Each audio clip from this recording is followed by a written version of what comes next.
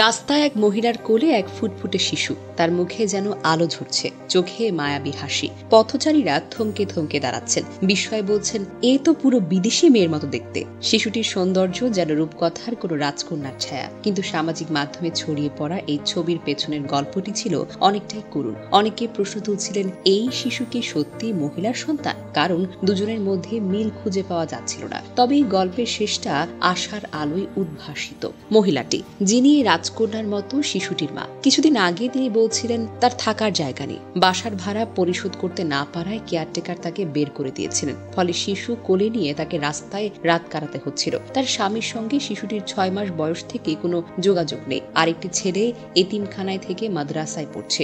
দুঃখ, দারিদ্র আর একাকিত্বের মাঝে তিনি লড়াই করে চলছিলেন জীবনের সঙ্গে। এই ফুটফুটে শিশুটি হয়তো কোনো রাজপ্রাসাদে জন্ম নেয়নি, তার পায়ের নিচে লাল গালিচাও নেই, কিন্তু যেন প্রকৃতির হাতে আঁকা এক নিখুঁত শিল্প, একটা পরী, এক গরিবের রাজকন্যা যার মুখ দেখে পথচারীরাও থমকে থমকে দাঁড়ায়। তাকে ঘিরে যেসব কটু মন্তব্য ঘুরছিল, এই মেয়ে তার নয়, এত সুন্দর বাচ্চা গরিবের মায়ের কিভাবে হয়, যেগুলো আসলে আমাদের সমাজের বর্ণ বৈষম্য আর শ্রেণী চেতনার নগ্ন প্রতিচ্ছবি, যেখানে আমরা সৌন্দর্যকে সম্পদের মাপে বিচার করি এবং মাতৃত্বকে প্রশ্নবিদ্ধ করি গরিব বলে। এই মা হয়তো ব্যাংক ব্যালেন্সে গরিব, কিন্তু ভালোবাসা আর মানসিক দৃঢ়তা তিনি রাজকীয়। তিনি মেয়েকে একা ফেলে দেননি, বরং সবকিছু হারিয়েও তাকে আঁকড়ে ধরেছেন। এটাকে বলে সত্যিকারের মায়ের জয়। তবে শিশুটির ছবি যখন সামাজিক মাধ্যমে ভাইরাল হলো, তখন মানুষের হৃদয়ে দয়ার সঞ্চার হলো। একজন মানবিক ব্যক্তি মহিলাটির খোঁজ পেলেন, তার জাতীয় পরিচয়পত্র ও শিশুর টিকার কার্ড পরীক্ষা করে নিশ্চিত হলেন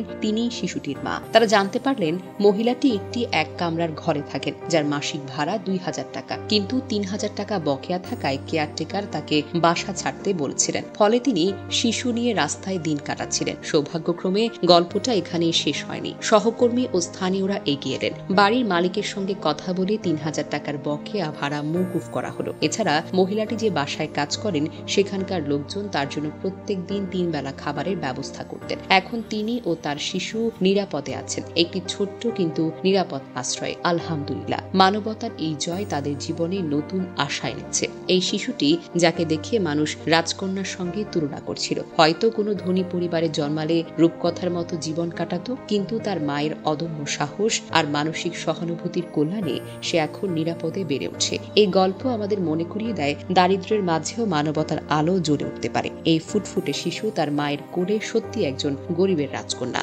এই শিশু শুধু এক মার জীবনের কেন্দ্রবিন্দু নয়, সমাজের চোখে এক গরিব রাজকন্যা।